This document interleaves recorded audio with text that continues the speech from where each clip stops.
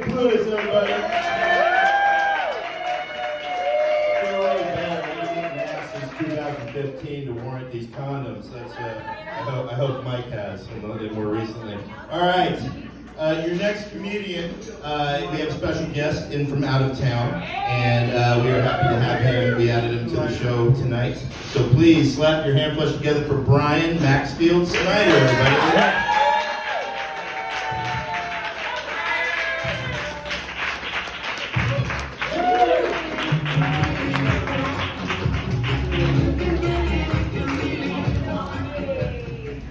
All right, thank you very much. My wife is a badass.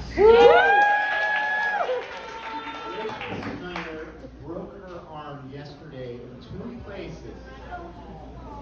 And she brought this blind man here. Please give her a hand. So my wife and I, my wife recently had a oral surgery consultation. I went with her. And I'm in there with the examination room with her and the oral surgeon. And I hear the following conversation. Now, mind you, I'm not able to see anything. So I hear this. The oral surgeon says, "I'm going to put this in your mouth. I'm going to push in hard. And then I'm going to pull out again." Now, the next thing, I could have sworn I heard her lick her lips and say, "Do I need to do anything?" And he says, "No, I just want to let you know I'm going to push in hard, so don't back down." So I was scared, jealous, and frankly aroused. I just want to put that out there in the beginning to let you know what kind of guy I am. So, thank you, I appreciate it. There's a pervert over there.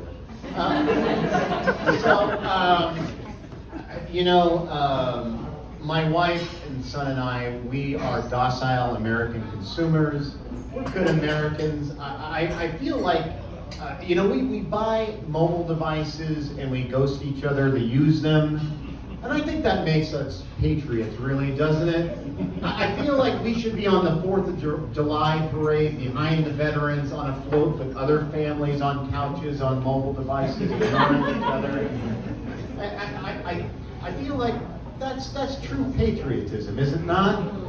Isn't consumerism the ambient that leads to the American dream? So, to all the ruling elite out there, Elon Musk, and everyone out there, you're welcome. The Snyder family, we're true Americans, and we're here to help. But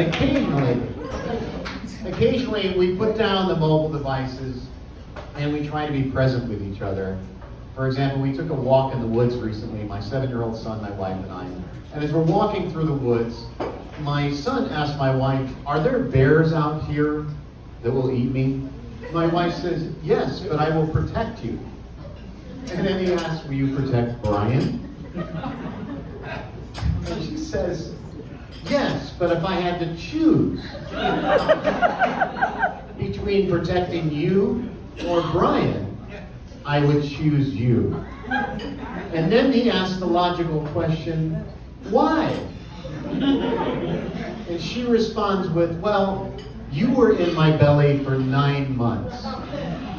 You smell like me. You have my scent. I don't even know what the fuck that means." So it is my natural instinct to protect you over Brian. And he was fine with that Nazi eugenics analyst response. You proud of yourself, Rachel? So they boot-stepped up the trail, and I was left behind, like most people with disabilities in our society, to contemplate my fate alone. But she had one of those, like, you've seen Schindler's List, where the Nazi concentration camp officers in the bathroom, and he's like, "I pardon you. I pardon you." She has that moment. She stops with my son way ahead of me, and she says, "Maybe we should stop for Brian." And he says, "Can we just keep him in our minds?" I was dead to him already. 1 minute. And so, I mean, this is why we do not have health care for all. This is why it's important to have Black Lives Matter or Indigenous Lives Matter. Rachel, blind lives matter. But recently, we had breakfast in the morning, and we're sitting there, and my wife leans over to my son and starts sniffing him. And she says, "Ooh, you stink. You need to go upstairs, get cleaned up, and change your clothes." And as he's walking away, I say to him, "Hey, buddy, what do you smell like?" And he proudly says, "I smell like my mom."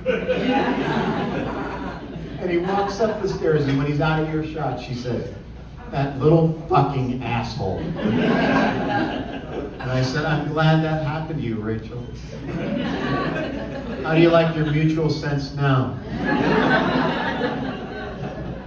All right, thank you. I'm Brian Maxfield.